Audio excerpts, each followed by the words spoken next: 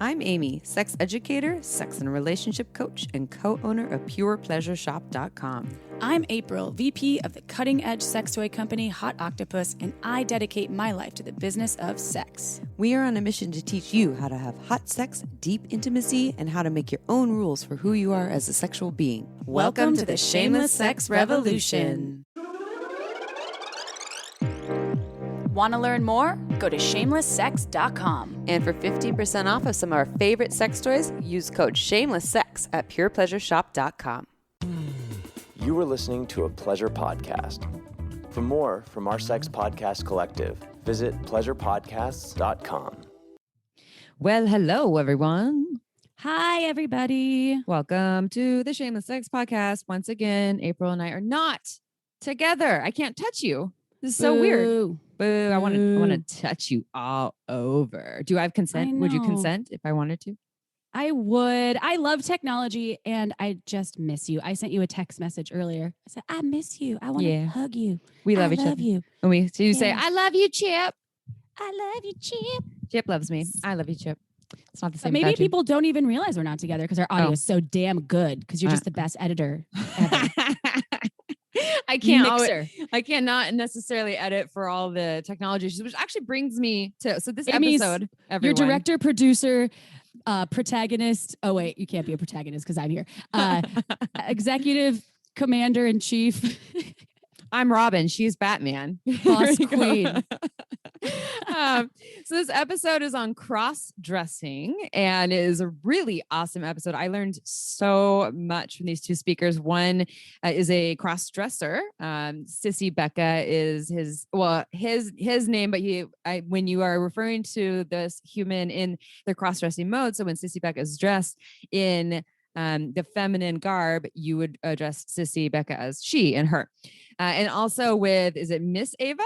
Miss Ava Durga, who's just a fucking badass, very knowledgeable human who works with cross-dressers and all kinds of other humans. And I wanted to comment on this right now because there's so much interesting information here. Really, April and I, our minds were blown. The audio is not that fantastic because we had multiple Zoom screens open. Amy wasn't doing her job. I'm just kidding. I wasn't doing my job.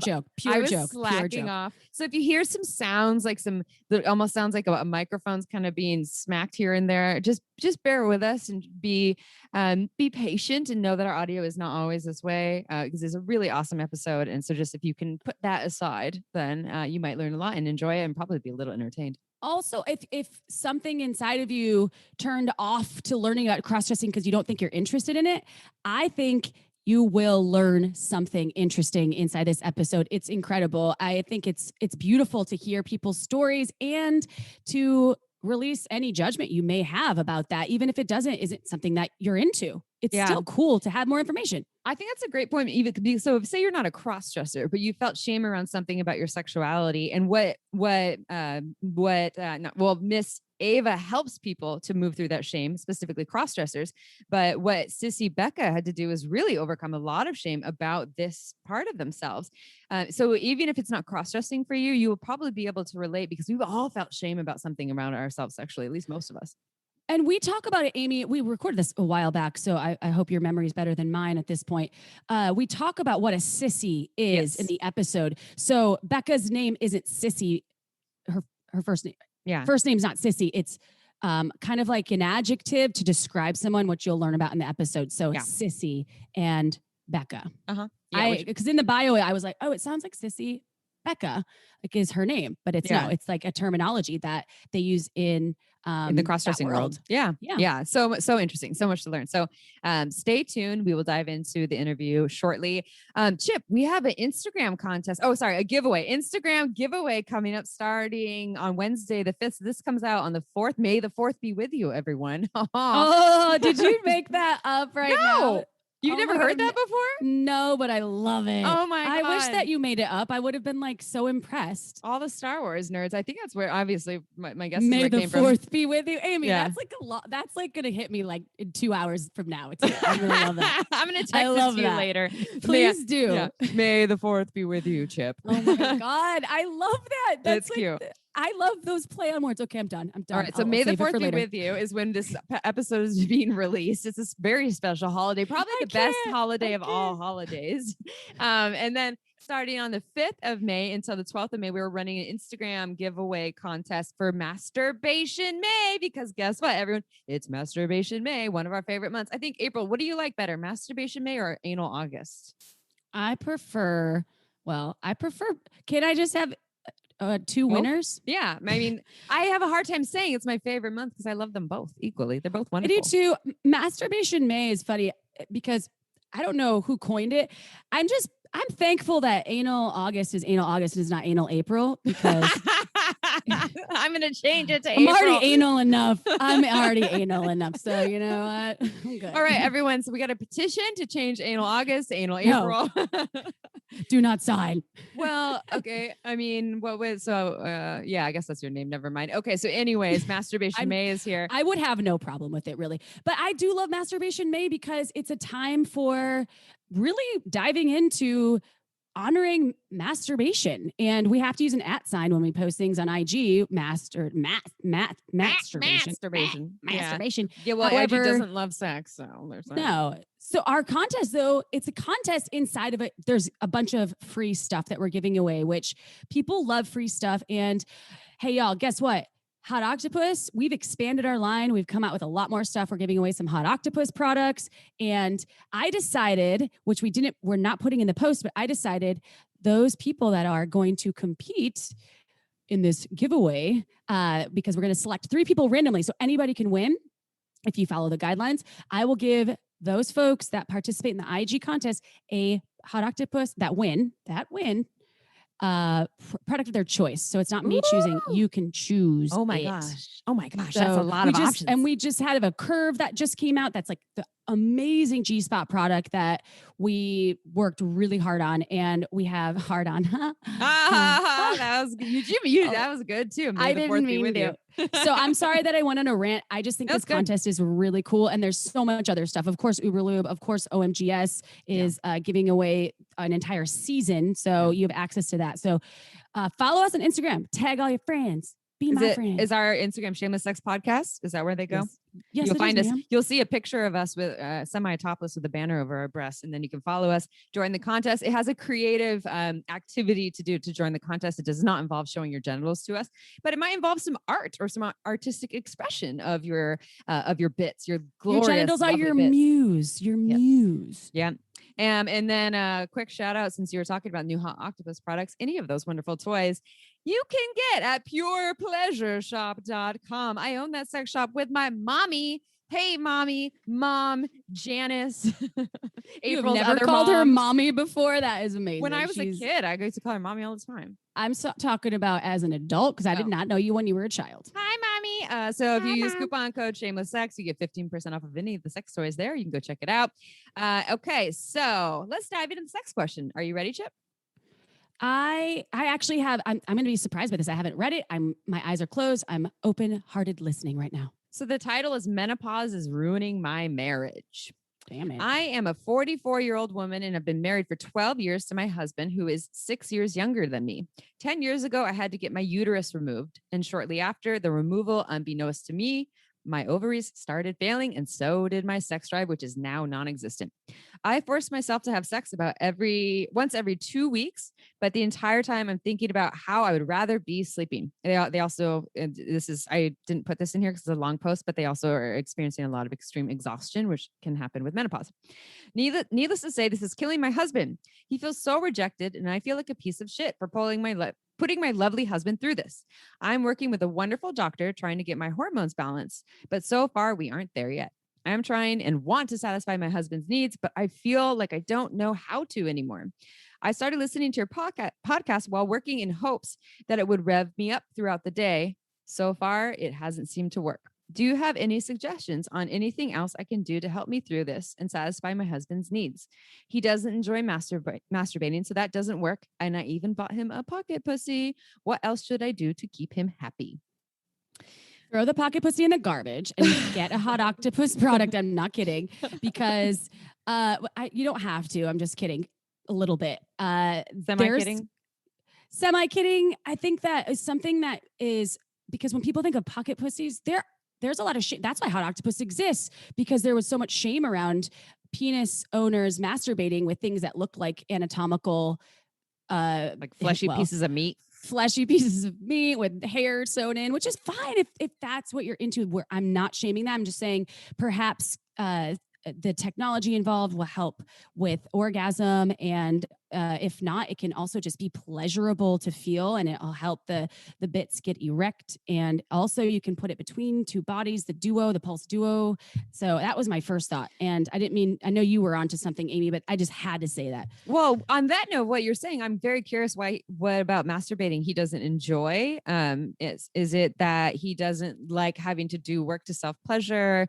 He doesn't feel pleasure when he masturbates? Is there shame around masturbation? It's masturbation May. It's a great time to work on that piece there.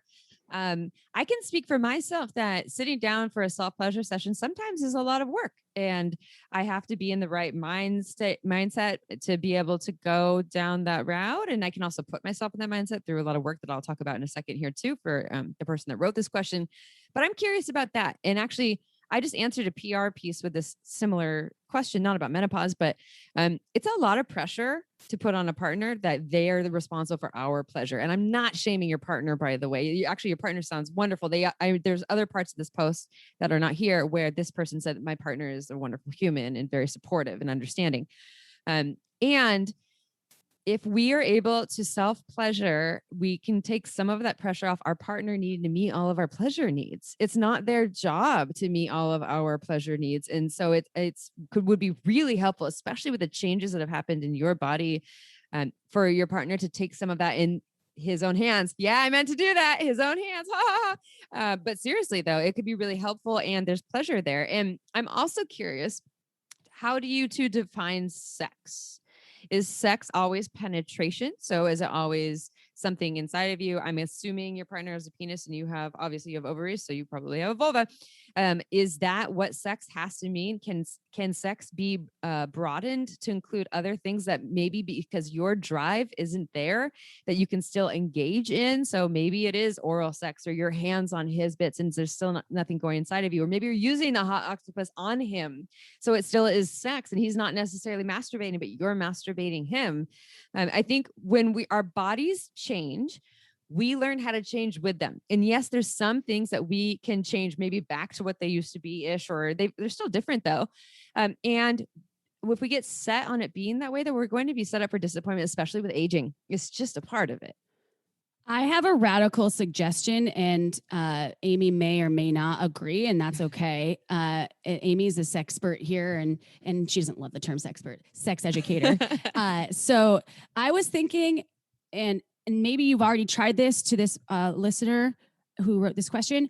What about trying anal play and what about tapping into some prostate play if your partner's open to that? And perhaps for you as well, since you're not having a lot of reactivity with sensation with your vulva, as I presume, I think you said somewhere uterus was removed. So yes, vulva, because you're feeling tired. And if that seems like a lot of work, maybe you could go into a space of planning it and being like, let's experiment with this tonight, and try, if you haven't tried another orifice such as the anus, it could be a good time to just check it out and see if you have any nice sensation from that. And also for your partner, if he, I believe he's a penis owner, if he's into at least doing an experiment, it could be like a fun playtime session for you. And there's lots of toys that can help you. So if fingers are not something you want to put inside each other, you could use toys and a remote. So I just thought about that because maybe prostate stim would also be kind of fun to experiment with. Yeah, if he's open to it. But I think that what this person is speaking to is not that they don't have sensation, it's that they don't have desire or libido. They're exhausted and they don't feel drive.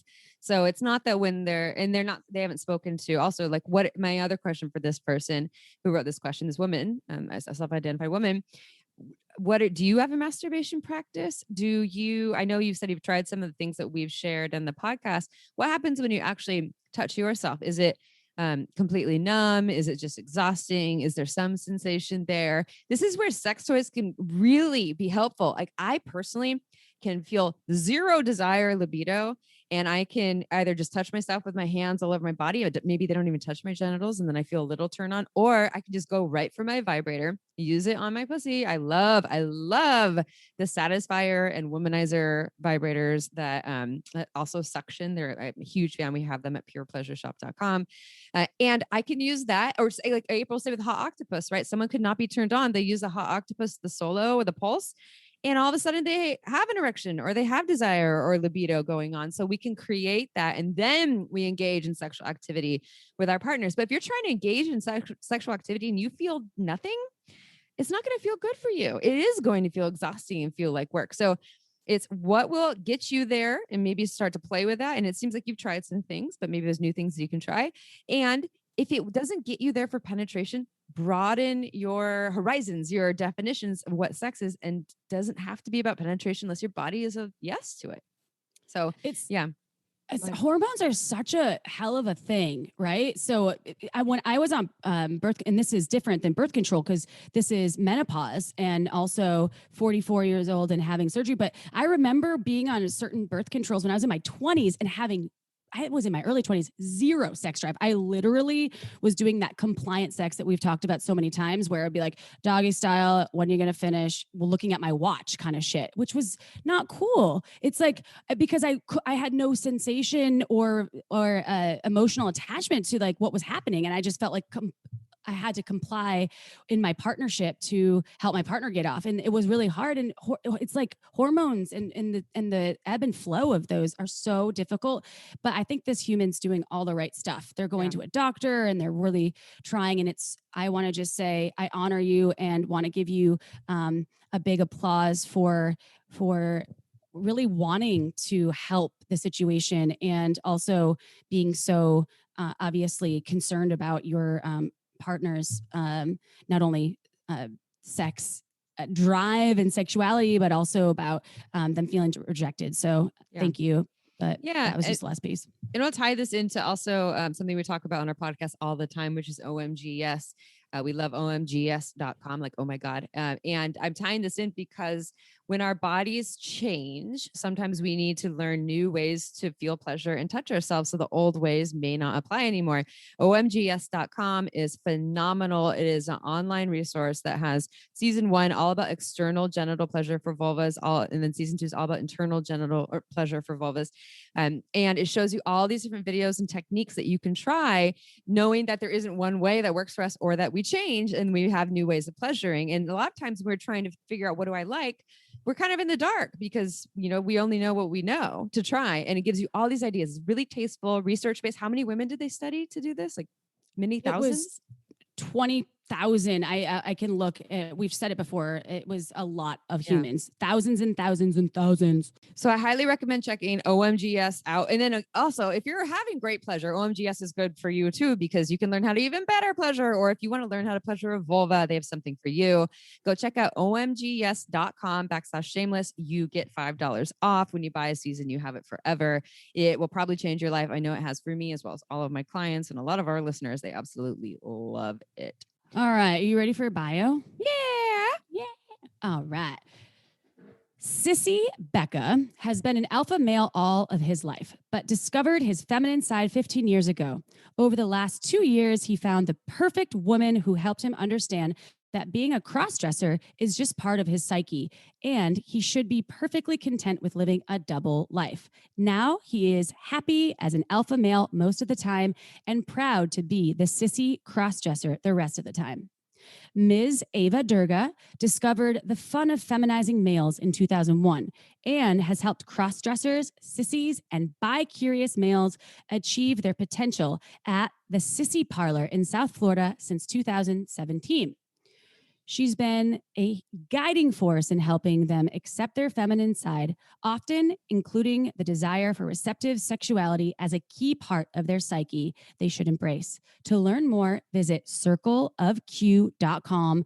That's CIRCLEOFQ.com. All right, y'all, it's interview time.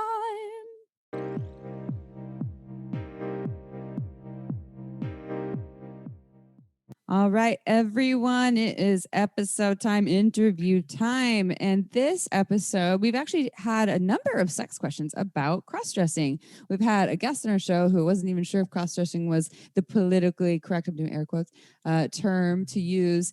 And April and I have so much to learn about this. And so we are going to talk about cross-dressing, what's the difference between cross-dressing, drag, trans, etc. And again, a lot of people who are listening, if this is not your jam, just know that we receive a lot of emails where it is someone's jam, or they're in a partnership with someone that is exploring this or interested. So this is really exciting, and we're happy to have you two on here. And we're going to start with, we always start with the same question, but there's two of you. We have Miss Ava and we have Becca. Miss Ava is going to tell us a little more about working with cross-dressers, and Becca is going to share a little more about being a cross-dresser, and being and Becca's here. You can't see these two wonderful guests, but Becca is looking stunning. She's glorious. She's gorgeous.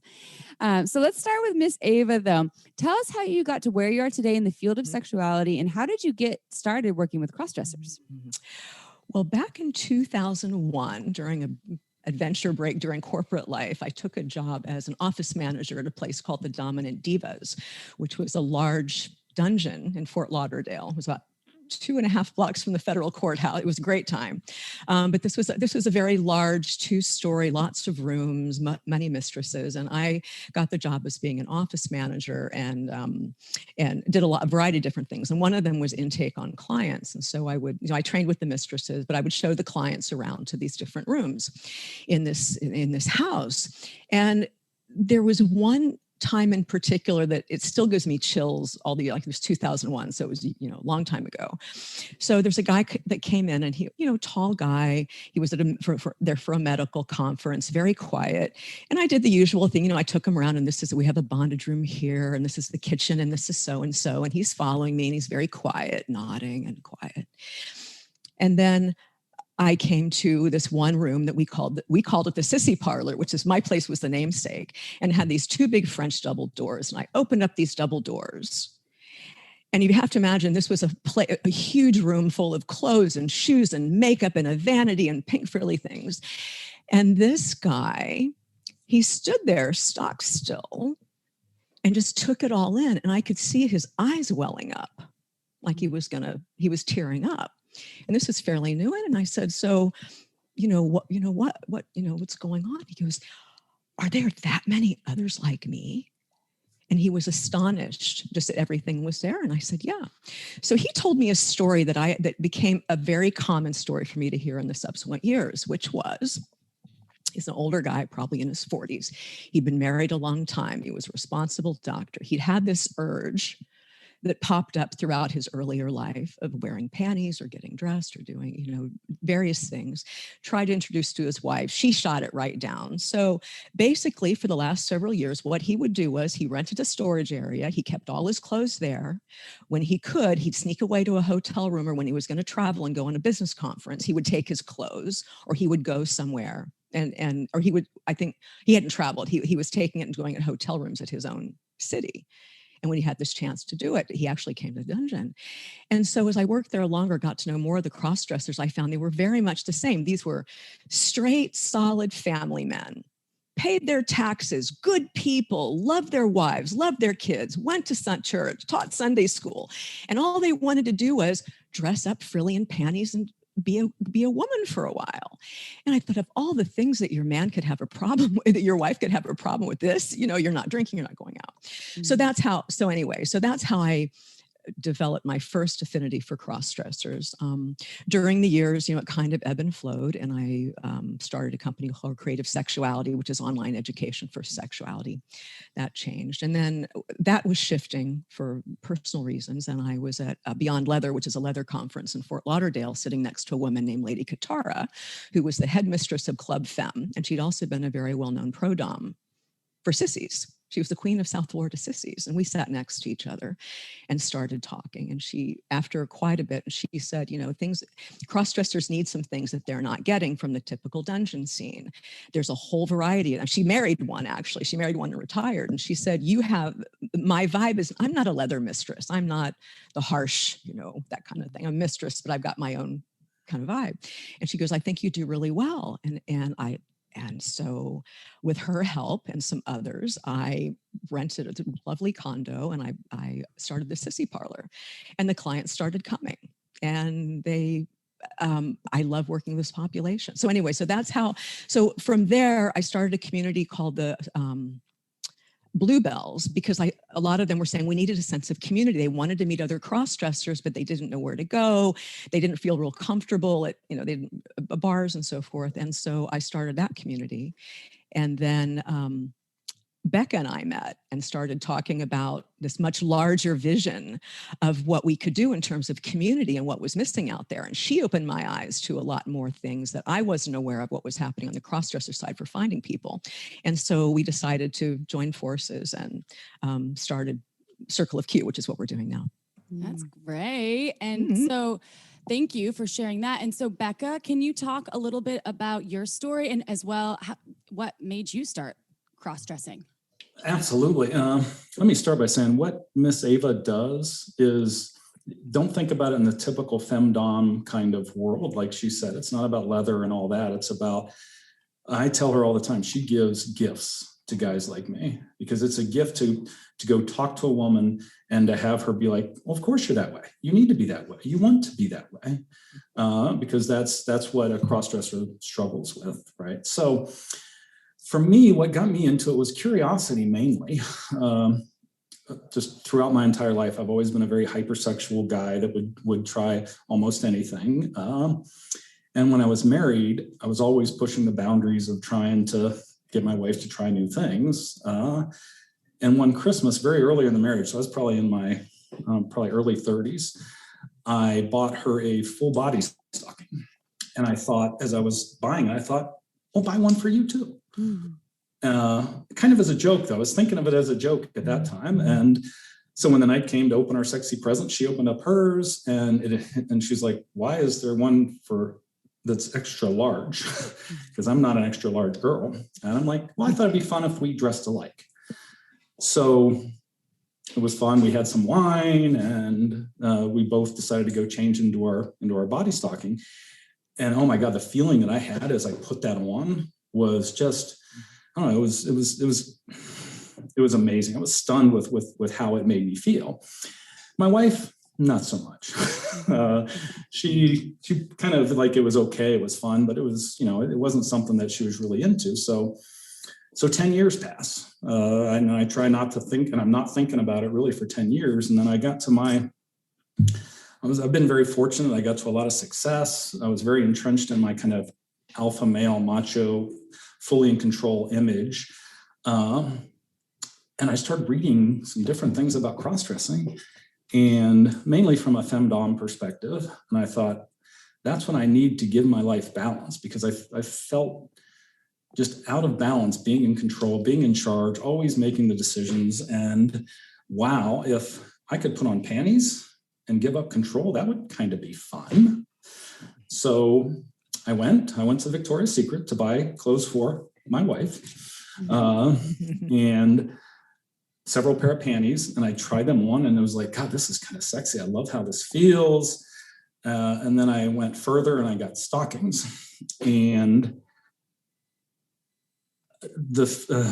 it's hard to describe from a cross-dresser's perspective. I've talked to a lot of others and they have the same feeling. When you put on your first pair of stockings, it's just this intense exhilaration, because it just feels so feminine, and it's the feminine energy we're trying to kind of connect to. So then I knew I had to have shoes. So girls, I wear a size 15 men's shoe. What? 13 men's shoes. Special order. Yeah. And you have to get 2 sizes extra for women. So I wear a size 15 women's shoe. Back when I was starting this, there wasn't Amazon. So finding these were not exactly easy, but I was lucky. I found some. I found my first pair of pleasers. I got them home. And I say home, I had a vacation home that I kind of hid this from my wife while I was going through it. And when I looked at myself with shoes and stockings and panties on and looked at my legs, and girls, you don't see them now, I've got some sexy ass legs. She does have killer legs. Yeah. I knew right then that I was fully into that rabbit hole, and I was going to go find Alice somewhere. Yeah. And then from there, it went to you want to tell other people. So I had some experiences with femdoms, and then finally meeting with Ava and talking about lots of stuff. I just kind of have acceptance as to who I am. I love that story. I mean, I love both of your stories and the experience. Ava, what you do, and we'll learn more about that too. And then also Becca, just your discovery story. And I want to see those legs later, maybe when we finish the podcast. A couple of things. I have some questions for you, but a couple of things come to mind. Number one, so I co-own an online sex shop with my mom, purepleasureshop.com. We used to have a retail store here in Santa Cruz. April used to work there. By the way, everyone, you want a discount on your sex toys, 15% off with coupon code Shameless Sex. They have stockings. I mean, we have stockings because it's a we. But what I was going to say is we started with just sex toys. It's a sex positive shop.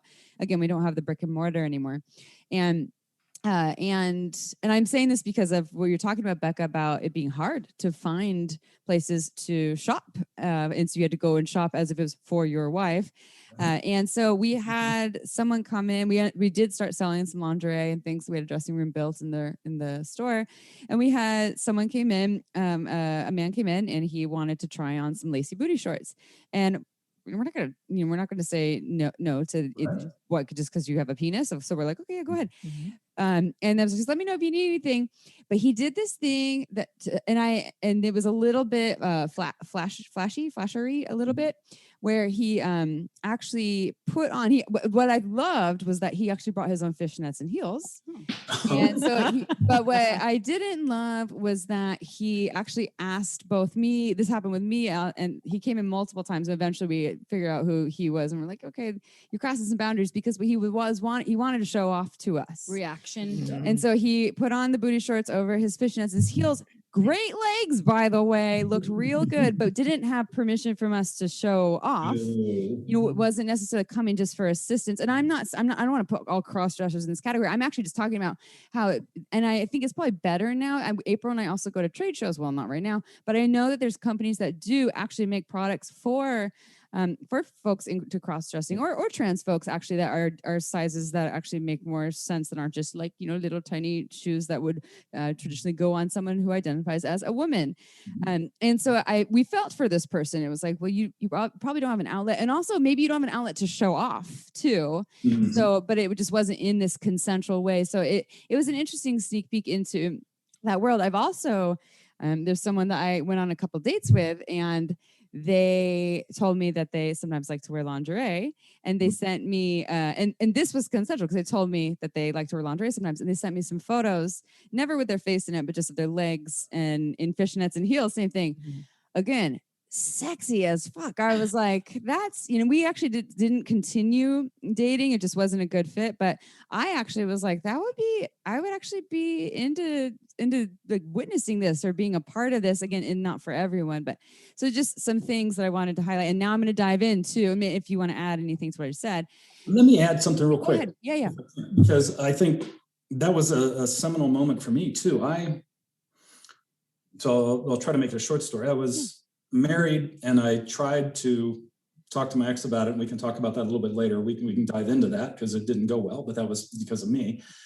But we agreed to go to a fetish and fantasy ball together, and I talked her into letting me go as a woman. And I had never been out before at all. This was brand new to me, and scared to death. And I'm going to tie it back to your story, because we're going down to the elevator, we get in the elevator to go down to the party, and I'm scared to death, absolutely scared to death. My wife is with me. She's there because, she's trying to do the right thing as opposed to enjoying. She's there. So really, really nervous. We're in the elevator alone. Thank God we're alone. No one can see me. Stop at the floor. A woman walks in, and I'm just kind of sitting there, not looking at everything. And she looks over at me and she says, "Girl, you've got the sexiest legs I've ever seen." I was hooked. I was absolutely hooked. Mm-hmm. It's validating. Were you like, yeah, thank you? Or were you like, oh, really, me? Yeah. It was just like, I was shocked by it. Yeah. Crossdressers, we don't think we look feminine. We want to be, but we don't think that others see us. And getting a woman to affirm that we look feminine, mm-hmm. that's huge.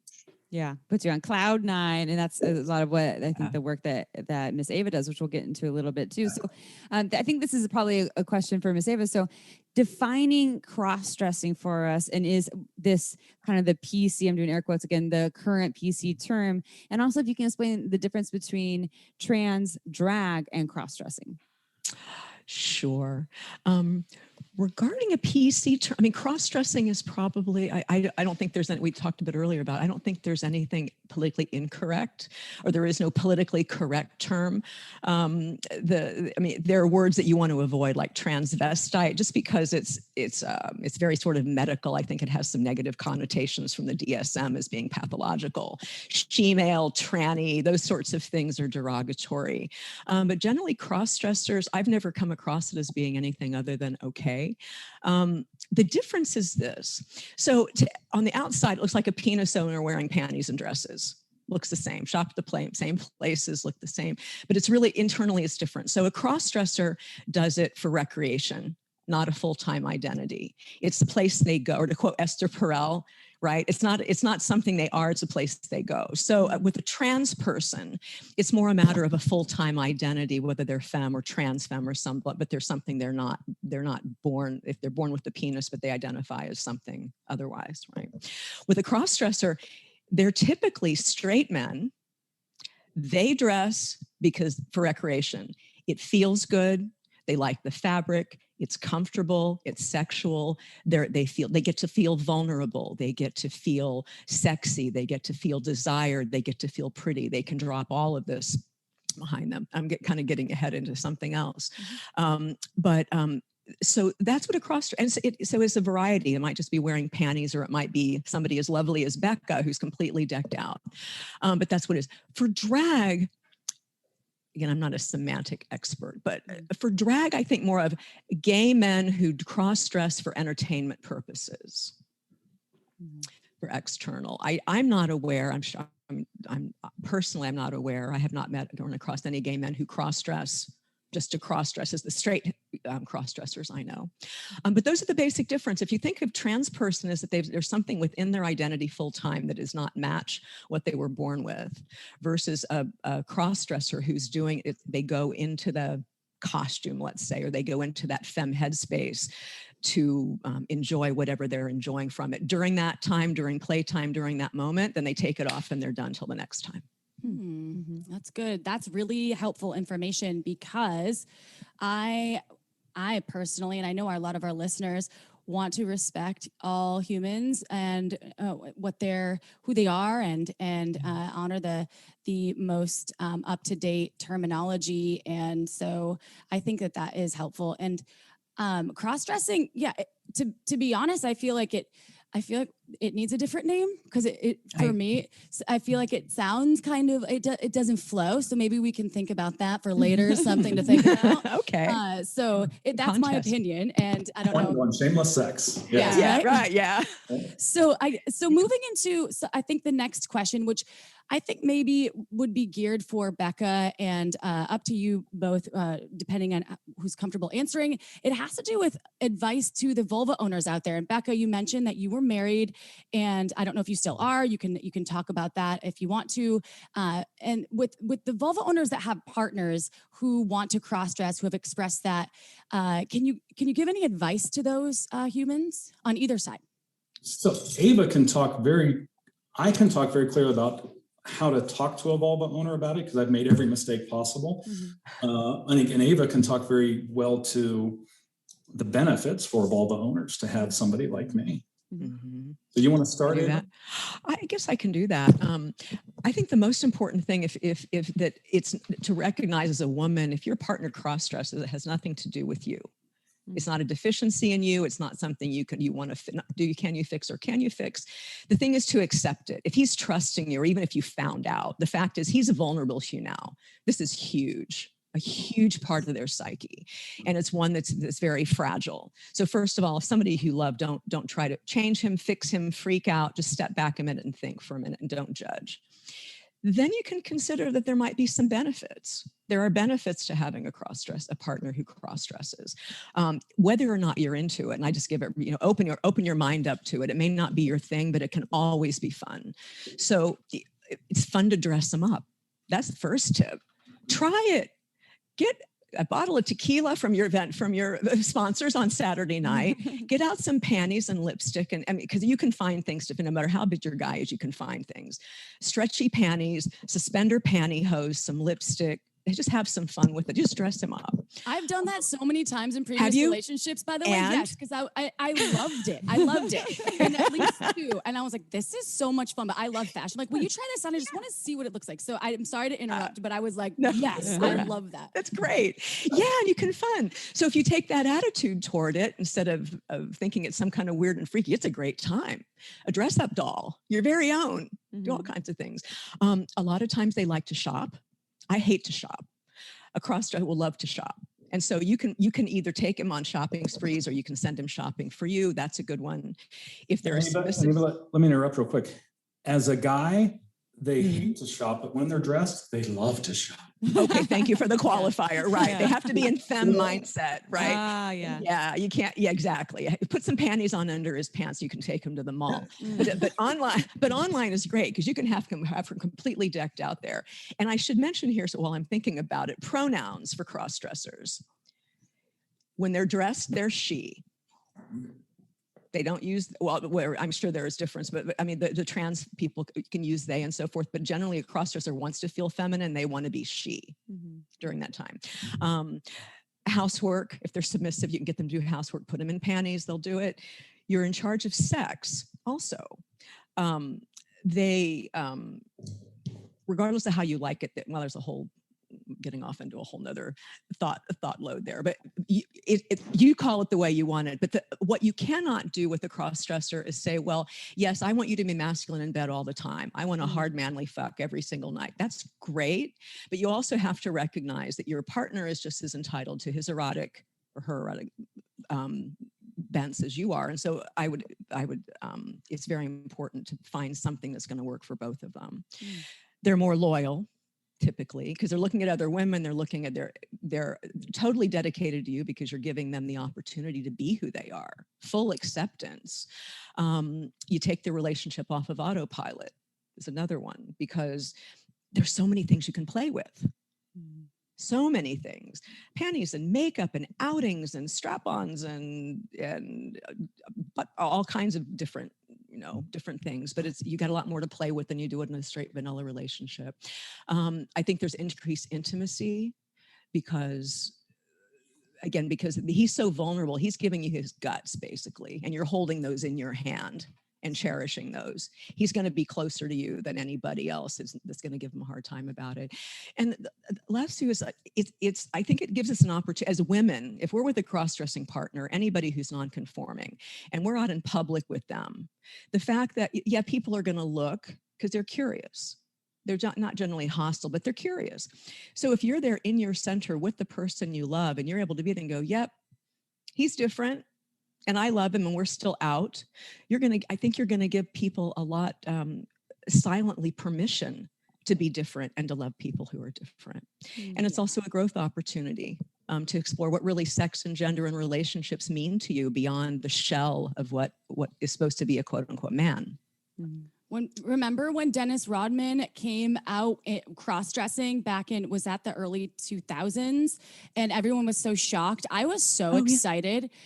He came out in a full wedding dress at one point, and he's this masculine basketball player. And I thought that was incredible. And everyone's like, oh, he's crazy. And there was so much negative attention that he received. And I thought it was awesome even back then. I was really young, but I remember saying something to the effect of like, fuck yeah, that's cool. Why do people have to dress a certain way? He looks dressed too. I was the person that took off my top until I was like 12 because all the boys were doing it. I was like, I want to have my mom loved that.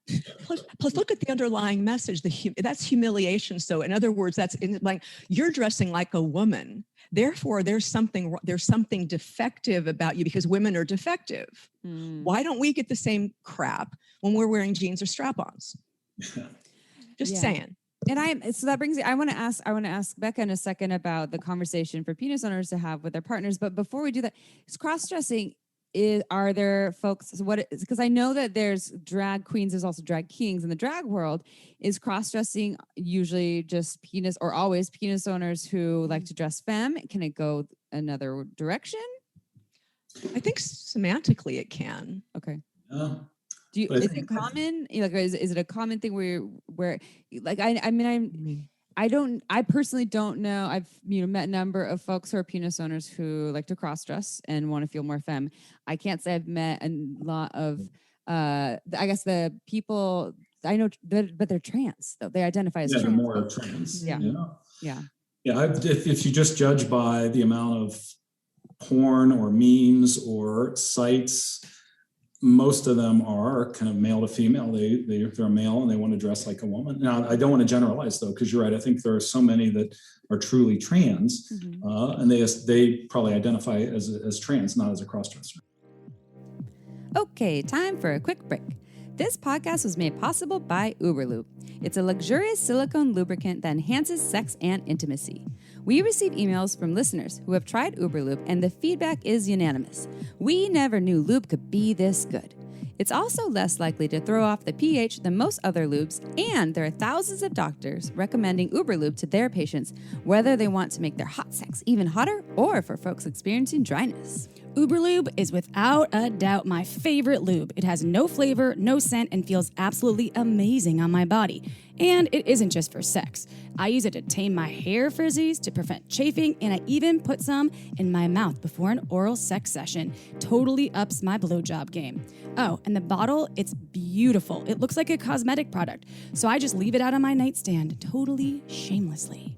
To learn why we think it's the best lube on the planet, check out uberlube.com and use code SHAMELESSSEX for 10% off, plus free shipping. Again, that's uberlube.com and use code SHAMELESSSEX for 10% off and free shipping. This podcast was also made possible by Sakara. Shameless fact about me. I love to eat meat, and I never thought a plant-based diet would be for me until I was introduced to Sakara.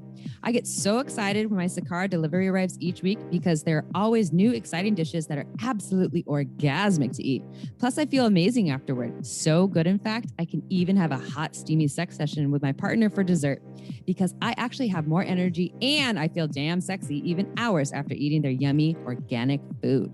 So I double dog dare you to try Sakara, even if it's just for 1 week. It just might change your life. I know it changed mine. Along with delicious plant-rich meals, Sakara also offers daily wellness essentials like supplements and herbal teas to support your nutrition. Experience the transformative power of plants with their best-selling metabolism powder. Love it. Made with organic raw cacao, it works to boost energy, eliminate bloating, minimize your sugar cravings, and reduce fatigue. And right now, Sakara is offering our listeners 20% off their first order when they go to sakara.com/shameless, or just enter code shameless at checkout. That's Sakara, SAKARA.com/shameless to get 20% off your first order. Sakara.com/shameless. Go check it out.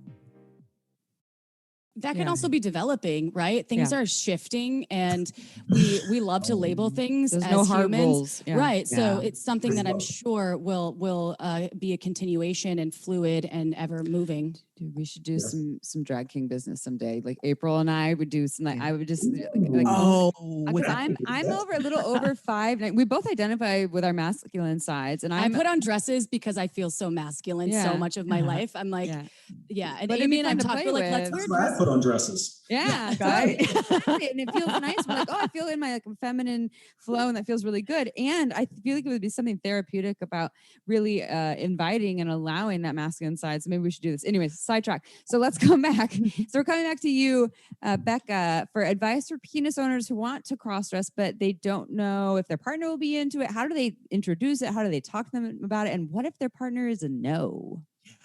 Yeah, I've been there. I first want to just highlight what Ava said about cross-dressing husbands and their loyalty to their wife that accepts them and wants them to be who they are. It's like no other loyalty that you can ever find.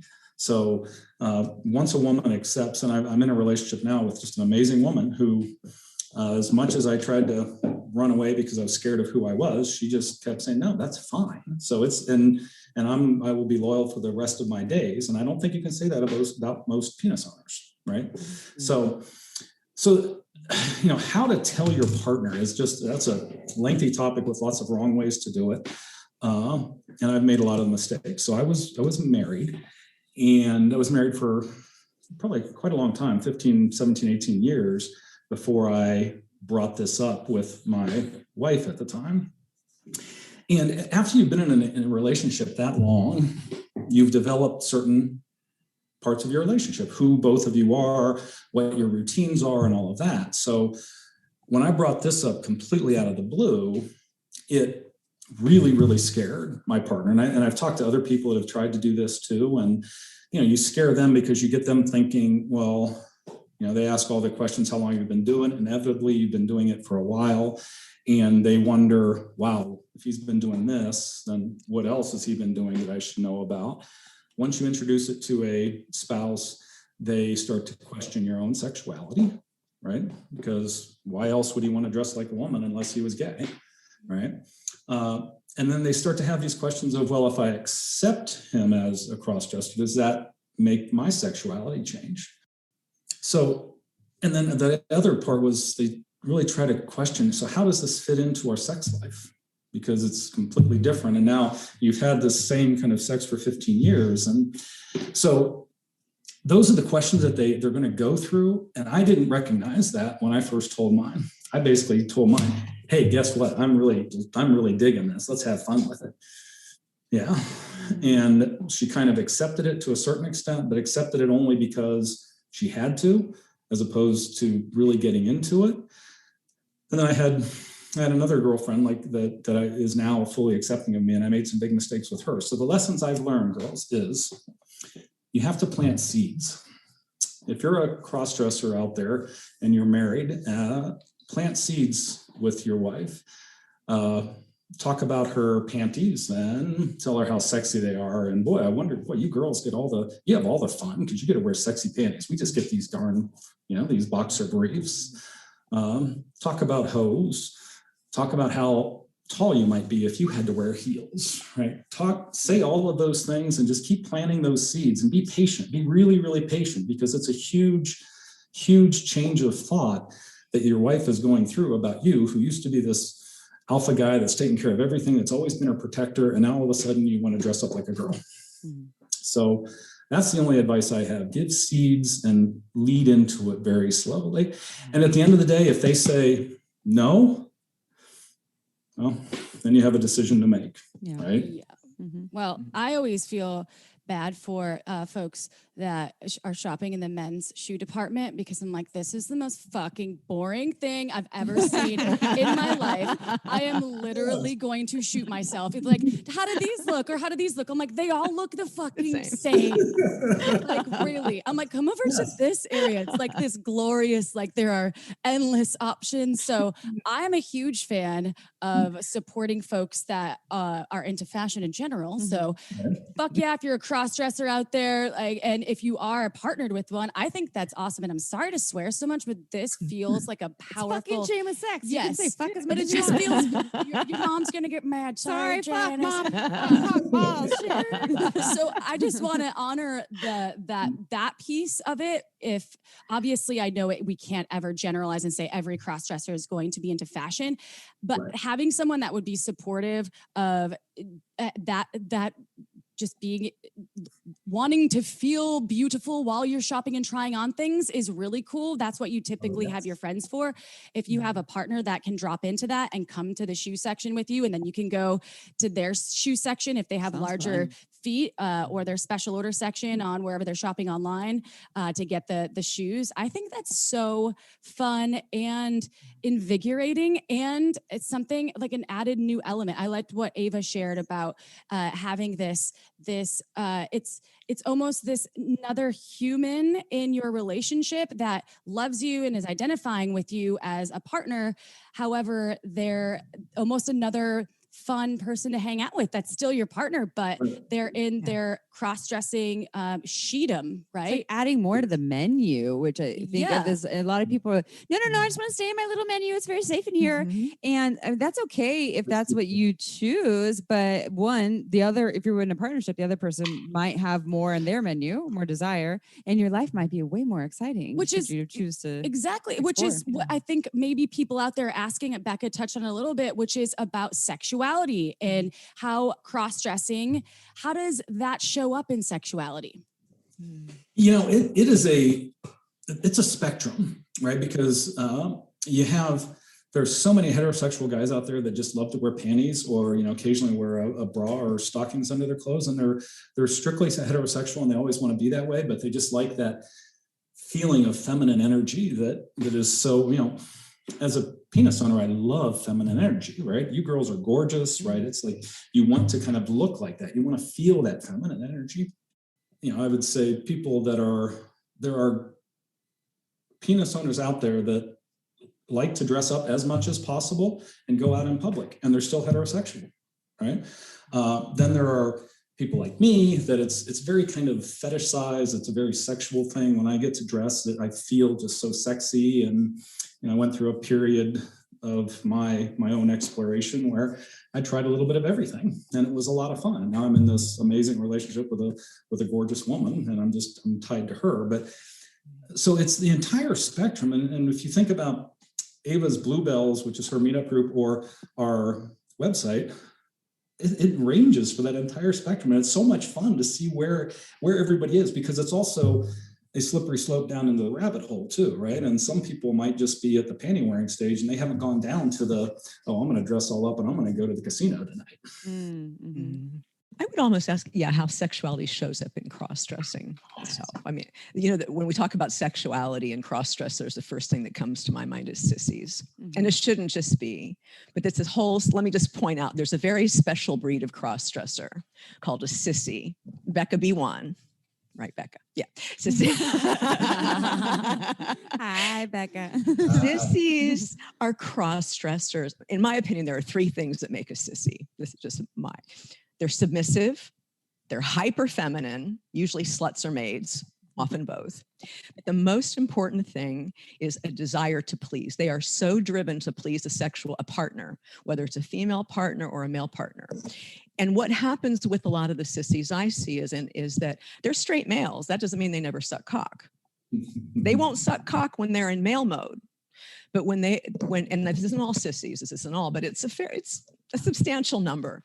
They are so deep into their femme space and their feminine headspace, they want to know what it's like to feel vulnerable, have receptive sex, to be fucked, to be on their knees sucking cock, to be not thinking about anything and not having to perform. Their cock is completely out of the equation at this point. So, which I wonder, because I see mostly older men over 40, 45, this seems to really start bumping up into their consciousness a lot more as they get more mature.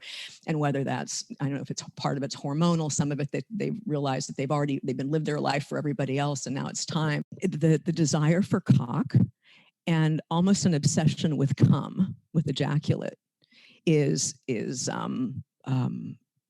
I can think of a lot of adjectives, a sight to behold. And so, and kind of saying on that, that's how I define bisexual, is if they're dressed as male and they want to suck cock, they're bi. If a sissy comes to me and says, am I gay? Am I bi? And I'm like, well, when you're not in a dress, do you ever want to suck cock and go down to whatever, you go to the glory hole, whatever you want to do, get on Grindr? It's like, no, never. Once it's off, I said, okay, then you're straight because you're romantic. You're attracted to female energy. Same thing for admirers. They go, well, if I'm gay, I'm really attracted to trans girls, or I'm really attracted to cross-dressers, and I really want to suck cock, but I don't want to do it on a guy. But if she's dressed great, if she's dressed like a woman and looks good, yeah. It's like, well, that's because you're attracted to the feminine energy. The cock is just pure, uncomplicated lust. So I still am constantly amazed, maybe not amazed, surprised, baffled that we live in a society, a world where people still think that your behavior determines your orientation, that the thing that you do determines who you're into having sex with and how you should identify. In fact, society gets to decide how you should identify. And which is so not the case. And you get to decide. Our sex positive motto is all consensual sex is good sex. So as long as consensual with yourself, or if you're sharing with other people, then we are fully on board for that. And it is not about the behavior. It's you determining your identity and in the people that you're interested in having sex with. Or maybe it's not about sex. Some people don't like having sex with people. And so but I won't go too far down that rabbit hole, but I think just to honor that it really isn't about the behavior, that people really get kind of like stuck in, and to step outside of that. And when we do that, there's more opportunity for play, more opportunity for fun, and more opportunity for freedom. So I'd like to move to the idea about how hard it is for maybe some crossdresser folks to find other like-minded folks, whether it's other crossdressers or people who are into crossdressers. And you created a community. You have a site for this.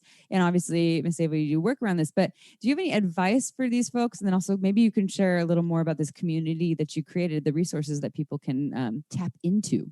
So as I went down my journey, it was so difficult finding places to go to and I mean specifically online, where you could find other people that are like-minded to be able to talk about who you are, what you want, what kind of shoes look good, what kind of makeup, and all those kind of things. There were a couple different, little chat rooms that you could go to, but for the most part, it was really hit and miss. And then probably about 4 or 5 years ago, as all of the dating sites kind of came out, there was lots of sissy dating or sissy, I won't name some of the other ones, but I thought, oh, wow, okay, good. So they're finally starting to kind of get to know that there's a demographic here. But once I joined, it was fake profiles and dom, or, kind of, what do they call them? Fembots, and they pull you in with this notion of thousands of members that are just like you and want to talk to you. And then when you get there, it's all fake. It's the cam scam, that whole thing. Yeah. Yeah, exactly. Just like that. And I mean, literally there were, everyone I looked at was like that. Now, having said that, there are other websites that are just great resources for crossdressers to go to that are purely about education and teaching about different things, but it's not a community. So all these crossdressers are, dressing in the dark and maybe letting their wives know, maybe not. And when their wives are gone, they want to get online to go talk to somebody, because as we talked before about, crossdressers want to be seen when they dress. They want to be seen, like you talked about with the adult store, the adult bookstore, right? They want to be seen. It's like this pride thing. In my male persona, I never take a selfie. When I'm like this, I'm selfie all the time. So we decided to create this site that is a community. It's really a welcoming community. You can come in, you can be safe. There are no fakes. We will not allow any fake profiles. And the best part of it is we have Miss Ava, who is this gift to crossdressers that really helps crossdressers live to the potential that they want to live to, whether it's just dressing at home and never going out, or going out and taking them to a manicure pedicure during the day in South Florida, right? Remember that? Yeah, and waxing your ass. That's right. I still have pictures of waxing your ass at the Tipsy Salon on Las Olas. I knew a place. And it was a fine, yes. Yeah. That's true. So where can people find all of these resources? And Miss Ava, you probably want to speak to that. And if you have any advice, if they can find you or work with you as well, this is the perfect time. Oh, sure. Well, the website is circleofq.com. And so you'll come on, you can join, people can join and get a free account. And let's just use a group. There's a group chat that's open all the time. But then the members, the full members, can search, they can talk to each other, they can use webcam, they can use audio, private chat, and we have different online events also, and probably expanding into some live events also regionally, which is sort of the long-term plan, building upon that. So, but mostly, as Becca said, it's a really friendly community of real people. And I also do through the sissyparlor.com, I do personal consultations, but actually my main focus now is Circle of Q, because I think I love working with Becca, and the fact that we can really literally be reaching thousands and thousands of cross-dressers and helping them lets me go a whole lot farther than I've been able to do just one-on-one. Even though I love working one-on-one, I do phone and webcam, especially during COVID. But I just love seeing the groups on Circle of Q get together and people start to make. We've had people meet. They've already started meeting. They'll go out. They'll be friends, and so that's what's most rewarding to me. And I think for Becca too. And if they want to have one-on-ones with you, you said they can go to Circle of Q as well.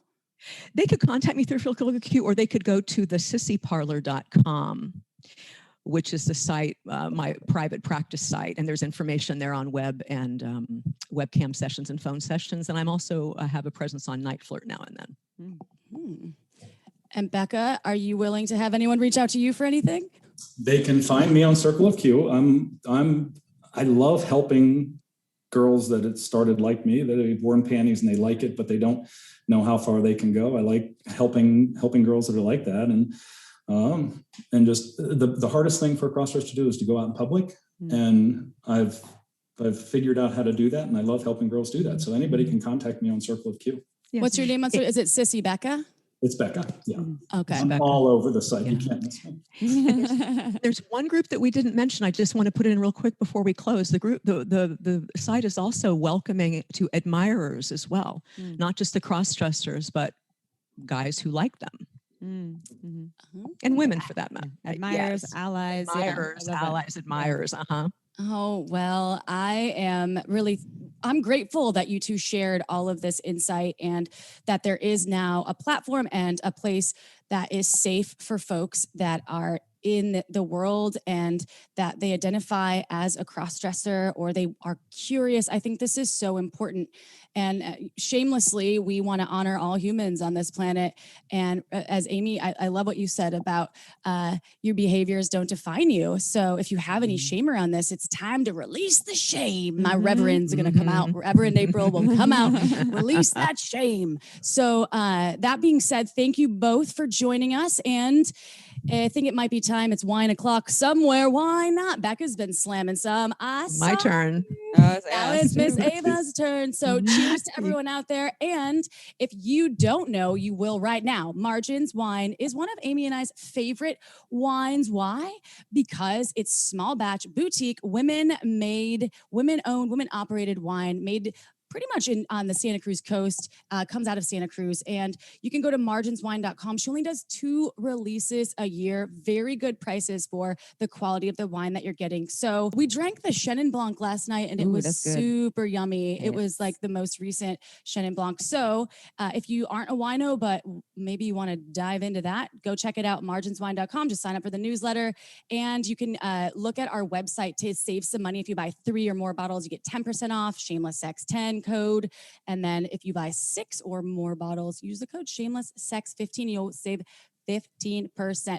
So thank you, Becca. Thank you, Miss Ava. And to all of our Shameless Sex listeners, thank you. We love you all. We'll see you next Tuesday. Ciao for now. Want to learn more? Go to shamelesssex.com. And for 15% off of some of our favorite sex toys, use code SHAMELESSSEX at purepleasureshop.com.